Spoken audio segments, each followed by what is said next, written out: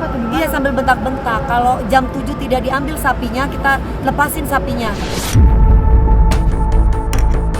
Jangankan uang rokok, dikasih 100 juta pun saya nggak mau.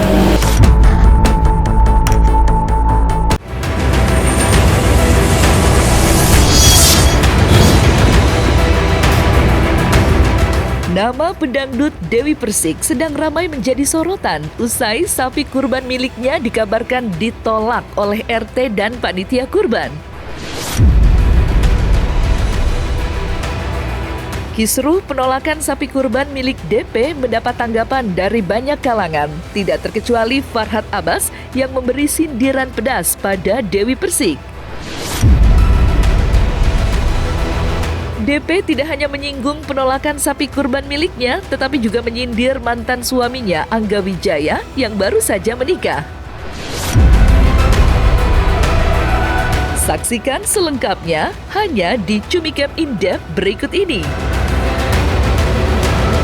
Hai Cumi Lovers, bersama Cumicam In-Depth kami sajikan kabar lengkap, mendalam dan akurat dari narasumber terpercaya. Dan jangan lupa untuk like, subscribe, dan juga share channel YouTube ini.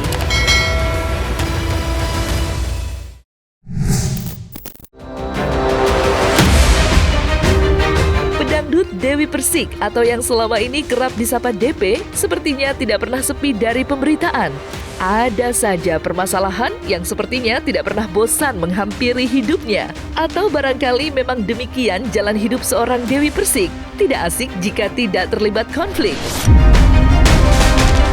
Berbagai permasalahan pernah dihadapinya, mulai dari haters yang menyerang dirinya, berseteru dengan rekan sesama artis, hingga sengit perseteruan dengan mantan suaminya. Dan yang terbaru, sebut saja perseteruannya dengan ketua RT di lingkungan tempat tinggalnya. Ya, dalam 2 hari ini, mantan istri Angga Wijaya itu sedang menjadi sorotan.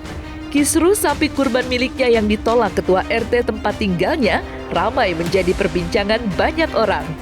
Bagaimana tidak, di hari yang harusnya diisi dengan kegembiraan merayakan Hari Raya Idul Adha, DP justru terlibat konflik dengan ketua RT dan panitia kurban di lingkungan tempat tinggalnya. Dari perseteruan tersebut, DP sempat meminta bantuan pihak kepolisian untuk menengahi permasalahan penolakan sapi kurban miliknya. Maka, seperti inilah penjelasan Dewi Persik usai sapi kurban miliknya ditolak ketua RT di lingkungan tempat tinggalnya.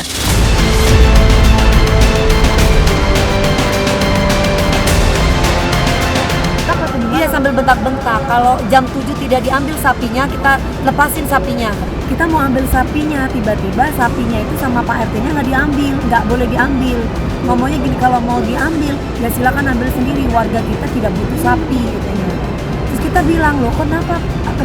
Kata ART ini ya, ini versi Pak ART sama versi security dan versi para asisten aku dan juga anak-anak relawan itu. Jadi warga dari Lebak Bulus 2, RT 4, RW 6 tidak membutuhkan daging. Katanya lagi gitu. Terus Pak, kita tuh mau korban loh Pak, kita cuma minta listnya aja. Terus tiba-tiba RT aku bilang gini, ya udah kalau memang tidak mau, bisa minta tolong Pak sapinya, maksudnya mau diangkut di, karena kan memang tidak ada tempat di situ Mas, diangkut di truknya itu loh.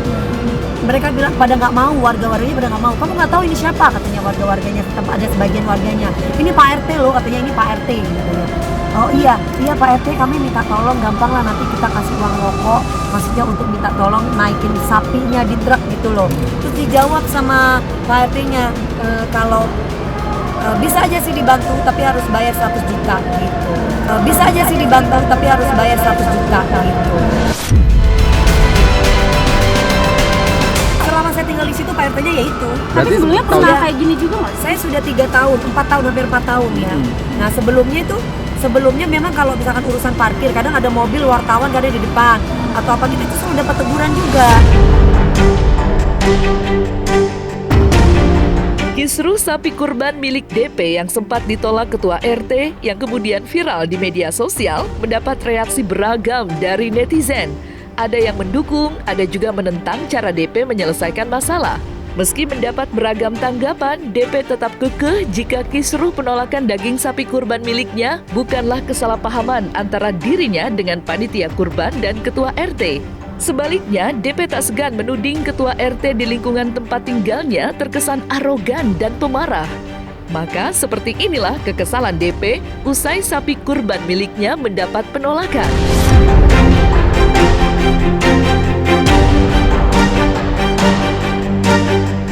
Ini aku mau kasih tahu ya. Ini masalahnya bukan salah paham. Kita itu enggak orang ya. Kenapa harus tersinggung juga kalaupun memang sapinya mau diambil? Kan kecuali tidak ada penjelasan dari kita ke Pak Ustadz. Sapinya ini kan mau dibagikan buat orang-orang yang memang membutuhkan di sini di Lebak Bulus. Kenapa harus marah? Sebenarnya sih disikapi dengan bijak aja. Mau disembelih di sini, mau disembelih di mana. Selama kita mau minta listnya untuk orang-orang yang gak mampu atau warga, udah, iya kan? Kenapa harus tersinggung? Terus kalau misalkan tersinggung, Pak RT boleh gitu ngomong, bilang kan sama bos kamu, ini mengenai harga diri. Emang kenapa harga diri? Pagi-pagi suruh ke masjid, suruh ketemuan di sana. Ya, paling gak ada komunikasi yang baik. Orang mau ngasih ya udah kasih gitu loh. Seandainya pun memang harusnya kan bersyukur. Oh iya Mbak DP, terima kasih sudah tidak memberikan beban buat warga kita untuk menyembelih. Bukan malah warga kita tidak menerima daging. Bukan malah bilang warga kita tidak menerima daging kurban. Sudah banyak daging kurban untuk warga kita, bukan seperti itu. Itu nggak benar namanya. Kisruh sapi kurban milik DP dengan ketua RT dan panitia kurban yang simpang siur mengenai permasalahan yang sebenarnya juga menyeret asisten rumah tangganya yang kini ikut buka suara mengenai kejadian sebenarnya. Sebelumnya sempat beredar kabar jika DP sempat dimintai uang senilai 100 juta rupiah. Sontak saja pelantun tembang mimpi manis itu murka. Lantas, seperti apa kejadian yang sebenarnya? Berikut penjelasan asisten rumah tangga DP. Bukan nggak diterima. Maksudnya itu kan katanya sapi mau disembelih di tempat lain. Bukan mereka nggak terima. Kalau nggak terima mah dari awal nggak diambil. Aku bilang, Pak, sapinya itu mau disembelih di tempat lain. Nanti bawa ke sini udah jadi daging. Nah, terus Pak RT-nya itu cuma jawab, nggak usah deh Mbak. Nggak kekurangan daging. Oh bukan, itu salah penyampaian. Kan Pak supir ini minta tolong, Pak, kalau boleh kita minta tolong dong taikin sapi, kita kasih uang rokok. Nah mungkin Pak RT itu kesel kali ya, dia nyautin, jangankan uang rokok, dikasih 100 juta pun saya nggak mau. Ya. Iya. Salah penafsiran ya. Salah penafsiran. Kan kalau supir ini nggak dia kan orangnya agak sudah nggak gitu dengar. Supir ini? Iya, sebudak-budaknya dia paham. Tadi aku nanya berulang-ulang, Pak emang benar Pak RT-nya itu ngomong kata minta uang 100 juta. Enggak Mbak, salah dengar. Kisruh penolakan sapi kurban milik DP tidak hanya ditanggapi masyarakat biasa, tetapi juga banyak kalangan, tidak terkecuali Farhad Abbas. Melalui instastory pribadinya, Farhad Abbas menyinggung kisruh penolakan sapi milik DP. Meski tidak menyebutkan nama, banyak yang beranggapan sindiran Farhad Abbas tidak lain ditujukan kepada DP. Maka seperti inilah sindiran pedas Farhad Abbas. Astaga, janda berisik ngamuk sama Pak RT Lebak Bulus. Difitnah menolak sapi, diperas 100 juta. Pak RT bisa buat laporan pencemaran nama baik.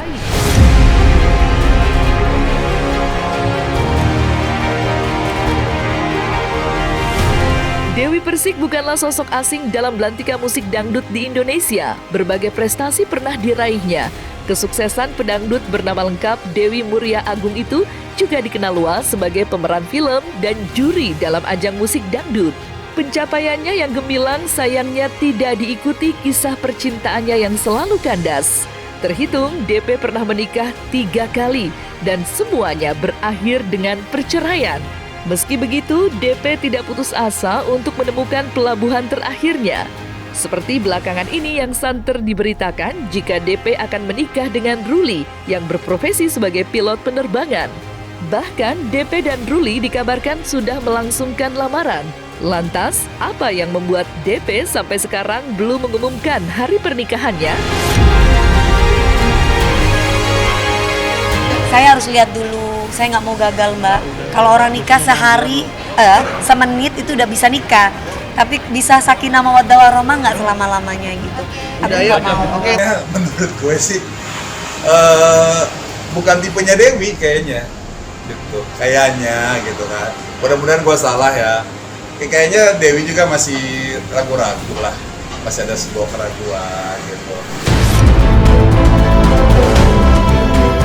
Belum diumumkannya hari pernikahan DP dengan kekasihnya Ruli mendapat tanggapan dari netizen. DP disinyalir masih ragu untuk melangsungkan pernikahannya dengan Ruli. Padahal sudah jauh-jauh hari DP mengumumkannya ke publik jika dirinya sudah dilamar oleh Ruli.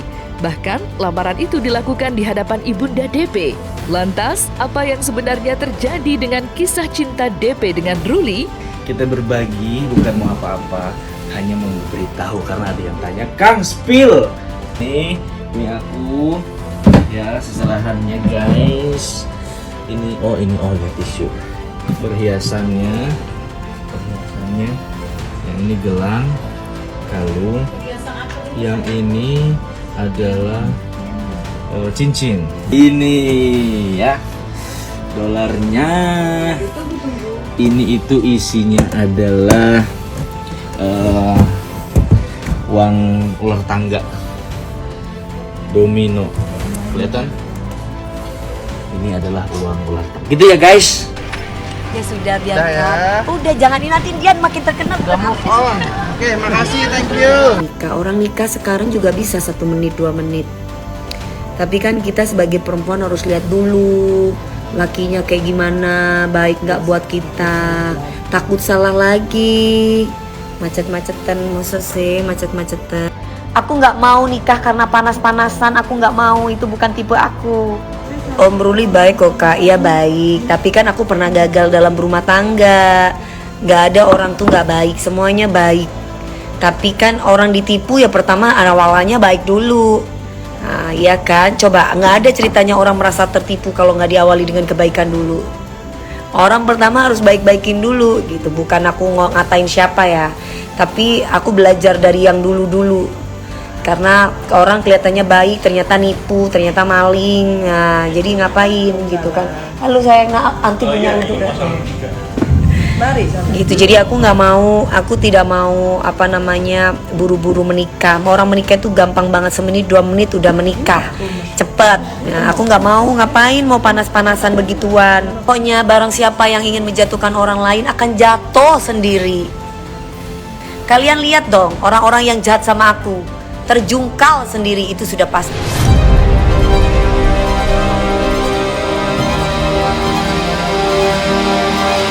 Hubungan buruk yang pernah terjadi antara DP dengan sejumlah selebriti lainnya tidak terkecuali dengan mantan suaminya mendapat balas keras dari mantan suami pertamanya, Saiful Jamil.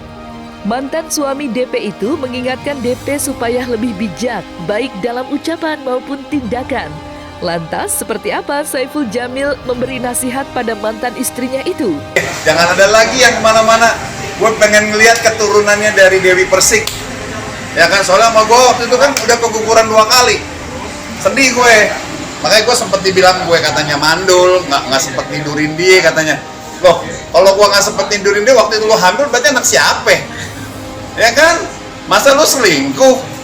Tahu gue kan Dewi kan orangnya nggak pernah selingkuh, makanya aneh. Makanya gue sempat ngomong juga sama Dewi, Nemi, sama Mami ya, Nemi gak usah bikin statement yang aneh-aneh, apalagi statement yang ngarang-ngarang. Yang dibilang papi gak pernah nidurin Mami. Oh berarti dulu Mami hamil 2 kali, anaknya siapa? Ayo, kalau ditanya kayak begitu, stres kan jawabnya kan? Udah, makanya jangan ngadi-ngadi. Kalau ngadi-ngadi pasti nggak bakal ketemu gitu kan ceritanya kan. Kita kan semua udah ada track recordnya kan, semua infotainment kan, waktu Dewi keguguran gimana ya kan, makanya bingung kalau dibilang katanya gue gak pernah nyentuh dia. Dulu waktu nikah sama gue, dia hamil 2 kali sama siapa?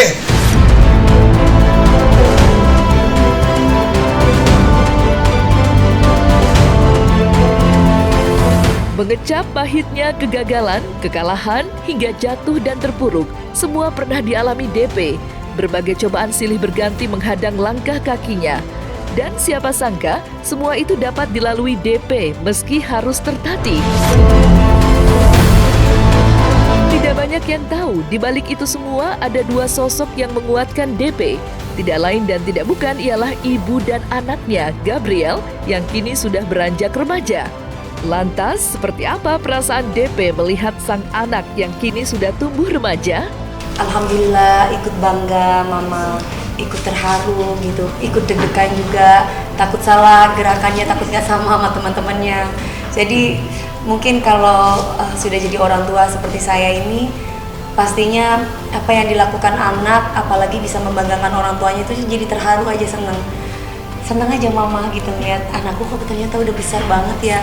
Dulunya masih pitik kecil gitu kan, sekarang udah gede, udah dewasa lah, senang mama. Karena orang tuaku kayak gitu sama aku, Mas. Orang tuaku tuh memfasilitasi aku. Orang tuaku tuh tidak pernah yang namanya, ini aku kan mencontoh orang tua, kemudian aku contohkan ke anak. Jadi selama ini kalau misalkan anakku, sayang, aku tanya sama bisnya, bis, anakku tuh butuh apa ya? Itu kayaknya teman-temannya pakai laptop, tapi dia nggak ngomong. Sayang, mama beli laptop ya buat kamu untuk belajar, gini. Iya ma, tenang aja, masih ada kok ini laptopnya. Ada dulu mantannya aku kalau ngomong tentang anak pasti aku menangis. Karena hidupnya aku tuh dia gitu, hidupnya aku tuh dia, kekuatan aku tuh ada di dia. Jadi Dewi Persik itu bisa kuat itu ada di dia, selain orang tua aku ada di dia. Jadi kamu yang mama banggakan, mama itu bangga sama kamu, mama bersyukur punya kamu. Aku selalu bilang sama dia, anak itu kan titipan ya, anak itu kan titipan. Suatu saat dia akan pergi dari kita, bersama keluarganya, bersama istrinya. Aku cuma bisa bilang sama dia, kamu ingat mama, mama bersyukur, alhamdulillah. Tapi kalau kamu gak ingat mama, mama tetap akan mendoakan kamu. Jadi mama itu selalu ada buat kamu. Aku bukan orang tua yang akan menuntut dia untuk bersama aku terus. Dia sudah dewasa, dia sudah mandiri, dia bisa menemukan jalannya. Dia ngeliat mama itu capek, terus tapi juga bangga karena mama bisa menafkahi aku. Kan kewajiban. Itu wajib, makan bangga. Iya, mama ikhlas.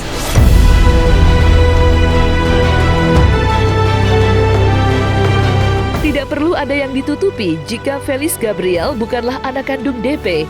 Meski begitu, cinta dan kasih sayang diberikan DP untuk sang anak lebih besar dari cintanya untuk dirinya sendiri. Begitulah DP membesarkan sang anak dengan penuh cinta kasih. Dan semua jerih payah yang DP berikan untuk anak tidak sia-sia. Felis Gabriel tumbuh menjadi anak yang membanggakan. Misalnya saja, dalam waktu dekat ini, anak angkat DP itu akan terbang ke Kanada dalam rangka pertukaran antar pelajar. Lantas, seperti apa nasihat yang diberikan DP untuk putra tercintanya itu? Nah, ini lagi pelepasan buat anak aku, memang tradisi ya, tradisi dari sekolah ini, jadi pertukaran pelajar. Jadi insya Allah anak aku akan berangkat ke Kanada, tanggal berapa nak? Tanggal 4 Juli. Tanggal 4 Juli, insya Allah di sana.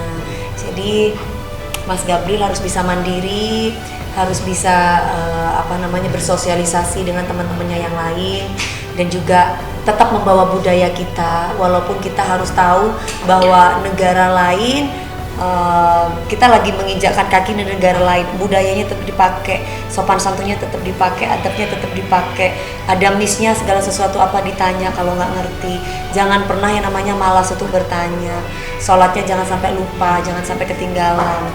Jadi telepon mama juga jangan sampai lupa, jangan main game terus, ingat mama. Kita kayak gimana ya, bisa dibilang kayak jadi anak kuliahan di sana gitu loh. Nah terus pastinya juga kita ada study tour juga, mungkin ke museum atau terus kita pastinya juga kayak ada liburan kayak nonton pertandingan baseball, atau mungkin kita ke kayak apa ya, bisa wahana gitulah. Jadi sejarah-sejarah di negara lain, ilmu pengetahuan yang mereka tidak dapat di sini, mereka juga dapatkan di sana. Berpisah dengan orang tercinta menjadi momok yang paling ditakutkan oleh kebanyakan orang. Tidak terkecuali DP sendiri yang harus melepas sang anak ke Kanada. Meski sebentar sebagai seorang ibu yang merawat dan membesarkannya, tetap saja timbul rasa khawatir di hatinya. Maka seperti inilah kekhawatiran DP melepas kepergian Gabriel ke Kanada. Kalau takut aku tidak takut, kalau berat aku nggak berat. Khawatir iya. Kalau kenapa? Kalau takut, nggak takutnya karena aku percaya sama miss-miss yang ada di sini. Aku percaya sama pembimbingnya yang ada di sini. Teman-temannya juga aku percaya. Tapi kalau misalkan dibilang khawatir aja. Karena gimana sih tanpa pengawasan orang tua, terus kemudian bawa duit banyak gitu kan. Sayang jangan boros-boros ya gitu. Karena kan mama bawain ATM buat dia gitu kan. Kalau di sini kan nggak aku bawain ATM mbak. Kalau di sini tuh saldonya ada gurunya gitu. Jadi lewat gurunya. Kalau di sana kan bawa ATM sendiri. Takutnya itu tiba-tiba dia belanjakan segala sesuatunya yang nggak bermanfaat. Mama takut itu aja, bukan beli. Karena aku selalu mengajarkan anakku tentang kesederhanaan. Apapun itu kondisinya jangan foya-foya, jangan boros gitu. Terus kalau yang lain pergaulan, jangan sampai keluar dari pergaulan teman-teman kamu itu. Takutnya kan namanya anak-anak sekarang tuh rasa ingin tahunya tuh tinggi banget. Tiba-tiba dia keluar kemana nggak sama teman-temannya, itu mama tuh takut, mama khawatir. Jadi jangan sampai kamu keluar tanpa pantauan dari pembimbing atau teman-teman semua.